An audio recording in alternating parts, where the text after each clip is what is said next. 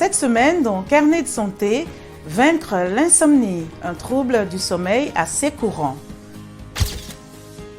Quelles sont les causes de l'insomnie et comment la surmonter? Un médecin donne quelques éléments de réponse. Ensuite, les experts tirent la sonnette d'alarme face au faux carnet de vaccination Covid, de plus en plus accessible sur la toile. Enfin, le Green Business College en Afrique du Sud s'attaque à la famine à travers une solution unique. C'est dans cette édition de Carnet de santé.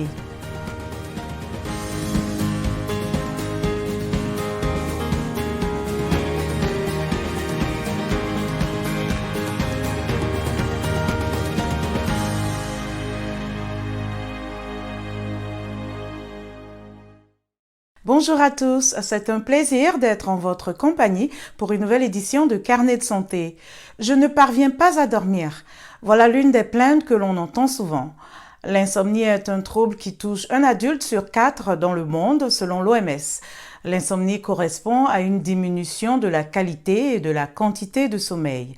Ce trouble peut affecter négativement l'énergie, l'humeur, la santé et la qualité de vie d'une personne, selon les experts. Il existe diverses causes pour l'insomnie, notamment les repas tardifs, certaines conditions médicales et l'utilisation de certains médicaments. À quoi est due l'insomnie? Que cache-t-elle? Réponse dans ce reportage à la clinique Éloge de Kinshasa d'Alex Kati Katayi, d'Odé Zumbu, récit de Yeyet Mavinga.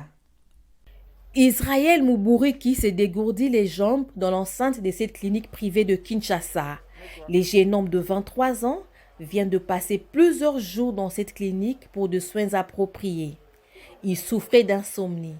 Aujourd'hui, sa situation s'est beaucoup améliorée, même s'il faut encore bien tendre l'oreille pour comprendre ce qu'il raconte. Je souffrais de plusieurs insomnies qui me troublaient le sommeil tout au long de la nuit et au cours de ces derniers mois, et d'une psychose induite aux substances psychotoxiques. Dans les couloirs, nous rencontrons Ruth. C'est la mère d'un jeune homme de 35 ans interné dans une salle à côté.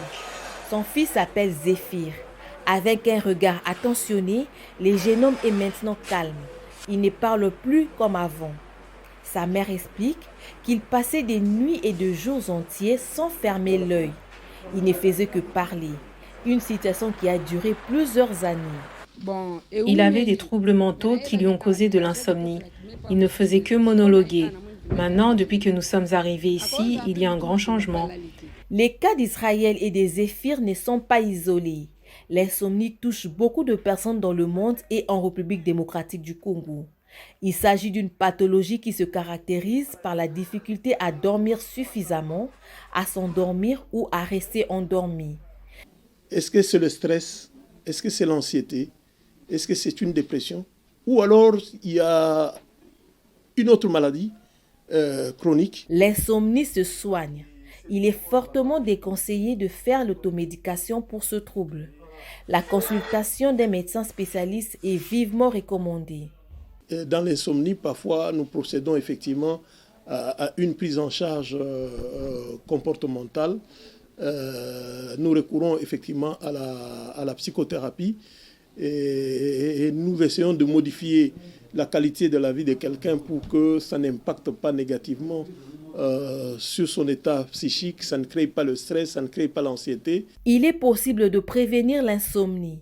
Les spécialistes conseillent pour cela de pratiquer une activité physique quotidienne, de manger équilibré et éviter les repas lourds le soir. Le docteur Kissa Mambwene est psychiatre à Windhoek en Namibie. Elle nous en dit plus sur l'insomnie et comment y remédier. L'insomnie, dans un langage très simple, est un manque de sommeil. Mais l'insomnie inclut aussi l'incapacité d'obtenir un sommeil de qualité ou une quantité suffisante de sommeil la nuit. Et au bout du compte, on ne peut fonctionner normalement pendant la journée. Quelqu'un peut simplement dire non sans aucune capacité à identifier la raison. On dit juste la cause idiopathique ou inconnue de l'insomnie. mais la majorité ont généralement d'autres troubles mentaux. Par exemple, ils peuvent souffrir de dépression. Et l'un des symptômes de la dépression est l'insomnie ou le manque de sommeil.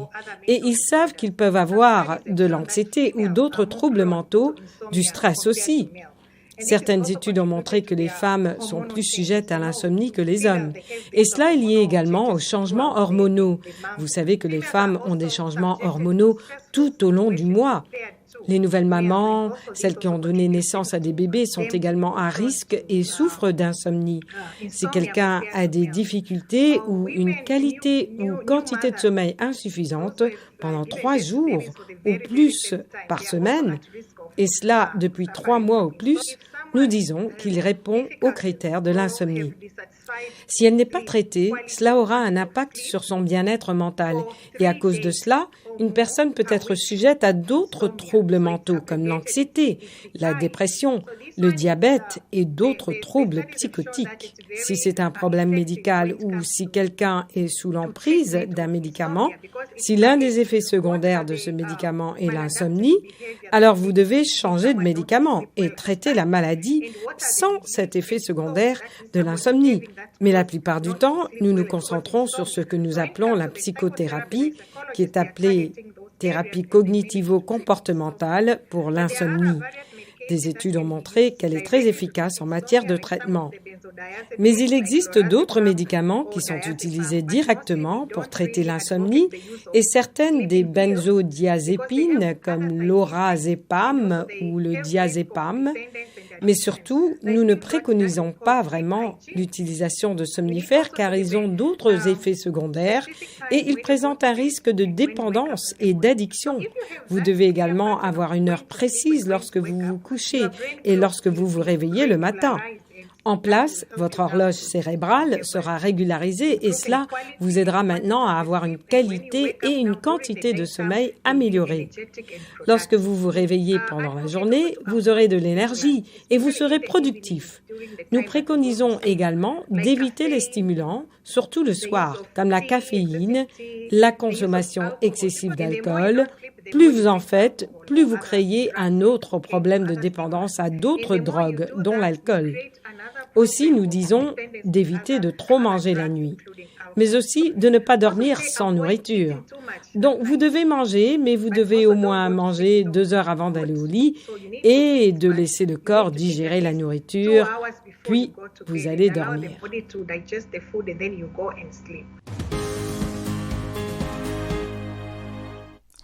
Ici aux États-Unis, les spécialistes de la cybersécurité affirment qu'il existe des milliers de comptes sur les réseaux sociaux proposant de fausses cartes de vaccination aux personnes qui ne veulent pas se faire vacciner. Ils leur promettent d'ajouter leurs faux papiers de vaccination dans des bases de données électroniques. Un reportage de Lecia Bakale à Washington avec la voix de Yakuba Ouedraogo. La plupart des Américains vaccinés contre le Covid-19 le prouvent en présentant un petit papier blanc rempli à la main.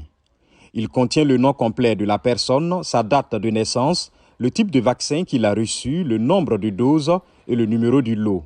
Il a été conçu pour informer et non pour protéger contre la fraude, selon Isaac Bledsoe, agent du département américain de la santé et des services sociaux. La carte elle-même est censée être un dispositif de communication entre un prestataire et un patient pour montrer qu'il est vacciné.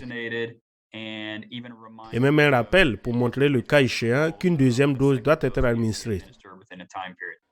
Ce papier est largement utilisé comme preuve de vaccination aux États-Unis.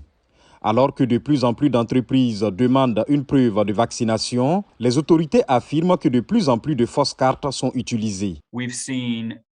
Début 2021, nous avons vu passer peut-être 5 à 6 plaintes par jour. Maintenant, nous recevons peut-être 20 à 25 plaintes par jour via notre hotline de fausses cartes de vaccination. Les experts en cybersécurité affirment que les sites proposant de fausses cartes de vaccination sont passés du darknet à des sites plus largement utilisés. C'est assez grave. Ils utilisent Facebook, Instagram, Telegram et WhatsApp pour commercialiser et promouvoir ces cartes. Dans certains groupes en ligne, de fausses cartes de vaccination sont ouvertement proposées et des clients satisfaits publient même leurs photos avec des faux. Les experts de la coalition pour un web plus sûr ont essayé et se sont rendus compte que les fraudeurs réagissent rapidement et garantissent la livraison dans tous les États-Unis pour $200. Les experts de Checkpoint Software Technologies affirment que les ventes ont considérablement augmenté après que le gouvernement fédéral a rendu le vaccin obligatoire pour les travailleurs fédéraux.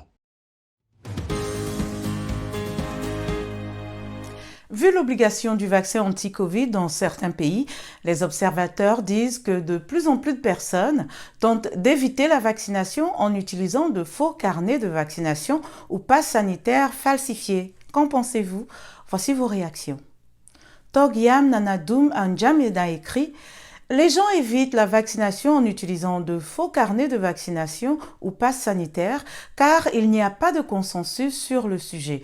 Cela est devenu trop commercial. Beaucoup de gens doutent encore de l'efficacité du vaccin et s'inquiètent de ses effets secondaires. » Christopher Randy écrit « C'est bon, nous ne voulons pas de ce vaccin. » Et Moïse Kabouik dit « À mon avis, il faut développer un appareil qui détecte si la personne est vaccinée ou pas. »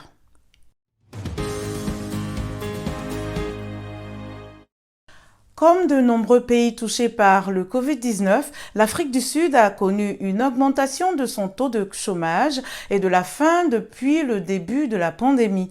Notre correspondante à Johannesburg, Linda Givetash, rapporte qu'une école, le Green Business College, s'attaque à ces problèmes de manière innovante. Elle donne aux gens les compétences nécessaires, non seulement pour cultiver leurs propres produits, mais aussi pour gagner de l'argent afin d'aider leurs familles et construire leur carrière. Récit Yakuba Ouedraogo. Dans ce centre communautaire de l'Est de Johannesburg, plus de 2 dizaines d'élèves acquièrent des compétences qui auraient été communes à la génération de leurs grands-parents. Le Green Business College leur enseigne les bases du jardinage biologique et de la conservation des aliments en préparant des confitures et des sauces. Pour certains, ça va au-delà du passe-temps qu'ils ont découvert lors du confinement dû à la pandémie. C'est un art complètement perdu. La plupart de mes pairs de mon âge préfèrent acheter que fabriquer. Je veux me voir parmi les meilleurs détaillants. Je veux probablement arriver à un point où je peux gagner ma vie de manière durable en préservant le fruit de marula. Faire de la recette de confiture de sa grand-mère décédée un empire serait un changement de carrière majeur pour cet homme de 32 ans qui travaille présentement pour un détaillant de vêtements de sport. D'autres étudiants espèrent que les compétences les amèneront simplement à entrer sur le marché du travail. Les administrateurs de l'école pensent que les cours peuvent inspirer les gens à créer leurs propres opportunités d'emploi tout en s'attaquant aux problèmes liés à la pauvreté. Ils disent donner un poisson à un homme, vous l'avez nourri pour la journée. Apprenez-lui à pêcher, vous le nourrissez pour la vie. Tout est question de puissance. Reprenez votre puissance et utilisez-la bien. Investissez dans votre sol. Cela va vous être bénéfique pour que les gens puissent venir acheter chez vous et acheter bio. L'Afrique du Sud souffre de ce que les experts appellent un double fardeau de malnutrition, connaissant des extrêmes de faim et d'obésité. Les petites fermes sont considérées comme faisant partie de la solution pour fournir des aliments sains aux communautés.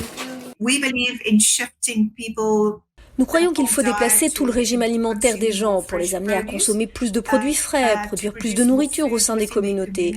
Et puis évidemment, envisager les jardins potagers qui seront pour nous un élément critique très important de l'état d'esprit de l'Afrique du Sud. L'école perçoit le potentiel pour plus de succès comme le sien. Elle a étendu ses offres de cours à travers l'Afrique australe afin que davantage de personnes puissent s'essayer à la culture d'épinards ou à la fabrication d'épices. Notre émission tire à sa fin. Pour plus d'informations et l'actualité sur le coronavirus, rendez-vous sur notre site web voaafrique.com. Vos questions et réactions sont toujours les bienvenues sur la page Facebook de VOA Afrique. Vous pouvez aussi me suivre sur Twitter, @linormoudou. Merci de votre fidélité à Carnet de santé. D'ici la semaine prochaine, portez-vous bien. À bientôt.